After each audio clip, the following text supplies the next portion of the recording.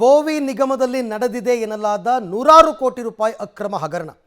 ಈಗ ನಿಗಮದ ಮಾಜಿ ಎಂಡಿ ನಾಗರಾಜಪ್ಪ ಅವರನ್ನು 14 ದಿನಗಳ ಕಾಲ ಇಡಿ ಕಸ್ಟಡಿಗೆ ಪಡ್ಕೊಂಡಿದೆ.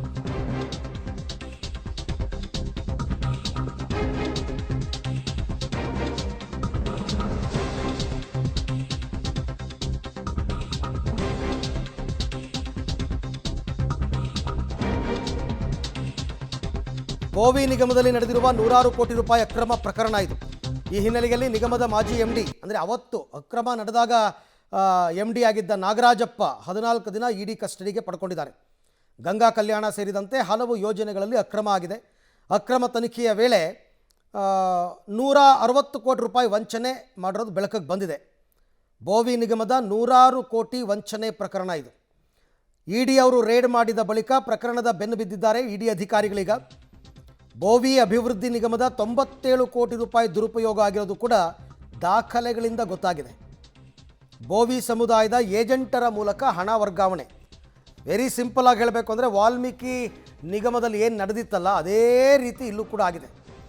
ನಕಲಿ ಫಲಾನುಭವಿಗಳ ಬ್ಯಾಂಕ್ ಖಾತೆಯನ್ನು ಬಳಸಿಕೊಂಡು ಹಣ ವರ್ಗಾವಣೆ ಮಾಡಿಕೊಂಡಿದ್ದಾರೆ. ಈ ಬಗ್ಗೆ ಮತ್ತಷ್ಟು ಮಾಹಿತಿ ನನ್ನ ಕೊಲೀಗ ನರಸಿಂಹಮೂರ್ತಿ ಅವರಿಂದ ಪಡ್ಕೊಳ್ಳೋಣ. ಎಸ್ ಮೂರ್ತಿ, ಈಗ ಇಡಿ ಅಧಿಕಾರಿಗಳು ತನಿಖೆ ಮತ್ತು ರೇಡ್ ಸಂದರ್ಭದಲ್ಲಿ ಈ ವಿಚಾರದಲ್ಲಿ ಕಂಡುಕೊಂಡಿರೋ ಸತ್ಯಗಳು ಏನೇನು?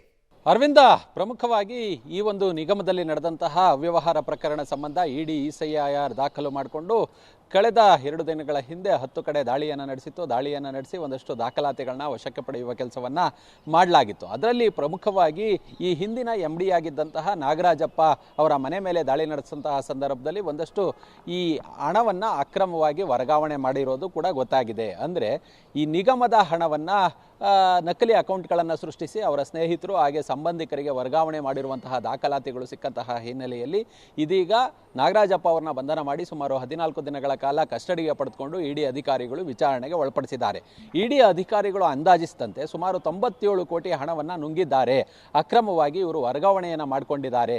ಇಲ್ಲಿ ಫಲಾನುಭವಿಗಳು, ಅಸಲಿ ಫಲಾನುಭವಿಗಳು ಯಾರಿದ್ದಾರೆ ಅವರಿಗೆ ಈ ಹಣ ಸೇರಿಲ್ಲ, ನಕಲಿ ಫಲಾನುಭವಿಗಳನ್ನು ಸೃಷ್ಟಿಸಿದ್ದಾರೆ. ಯಾರ ಮುಖಾಂತರ? ಇದೇ ಬೋವಿ ನಿಗಮದ ನಕಲಿ ಏಜೆಂಟರ್ಗಳನ್ನು ಬಳಸಿಕೊಂಡು ಇವರು ಸ್ನೇಹಿತರಿರ್ಬೋದು, ಸಂಬಂಧಿಕರು ಅಥವಾ ಇವರು ಬೇಕಾದಂಥವರಿಗೆ ಈ ಹಣವನ್ನು ವರ್ಗಾವಣೆ ಮಾಡುವ ಕೆಲಸವನ್ನು ಮಾಡಲಾಗಿದೆ. ಇದಕ್ಕೆ ಸಂಬಂಧಪಟ್ಟಂತಹ ದಾಖಲಾತಿಗಳು ಸಿಕ್ಕಿರೋದ್ರಿಂದ ಇದೀಗ ನಾಗರಾಜಪ್ಪ ಅವರ ಬಂಧನವಾಗಿದೆ. ನಾಗರಾಜಪ್ಪ ಅವರ ಮಾಹಿತಿಯ ಆಧಾರದ ಮೇಲೆ ಅವರನ್ನು ತೀವ್ರವಾಗಿ ವಿಚಾರಣೆಗೆ ಒಳಪಡಿಸಲಾಗ್ತಿದೆ ಅನ್ನೋ ಮಾಹಿತಿಗಳು ಇಡಿಯಿಂದ ಲಭ್ಯವಾಗ್ತಿರೋದು. ಅಲ್ಲಿಗೆ ಏಕಾಏಕಿ 97 ಕೋಟಿ ಈ ಒಬ್ಬರೇ ಹಣವನ್ನು ಅಷ್ಟೊಂದು ಬಳಸ್ಕೊಂಡಿರೋದಕ್ಕೆ ಸಾಧ್ಯವಿಲ್ಲ. ಇವರ ಹಿಂದೆ ಬೇರೆಯವರು ಕೂಡ ಇರಬಹುದು. ಹೀಗಾಗಿ ತನಿಖೆಗೆ ಒಳಪಡಿಸ್ತಿದ್ದೀವಿ ಅಂತೇಳಿ ಇಡಿ ಮೂಲಗಳಿಂದ ಮಾಹಿತಿಗಳು ಲಭ್ಯವಾಗ್ತಿದೆ.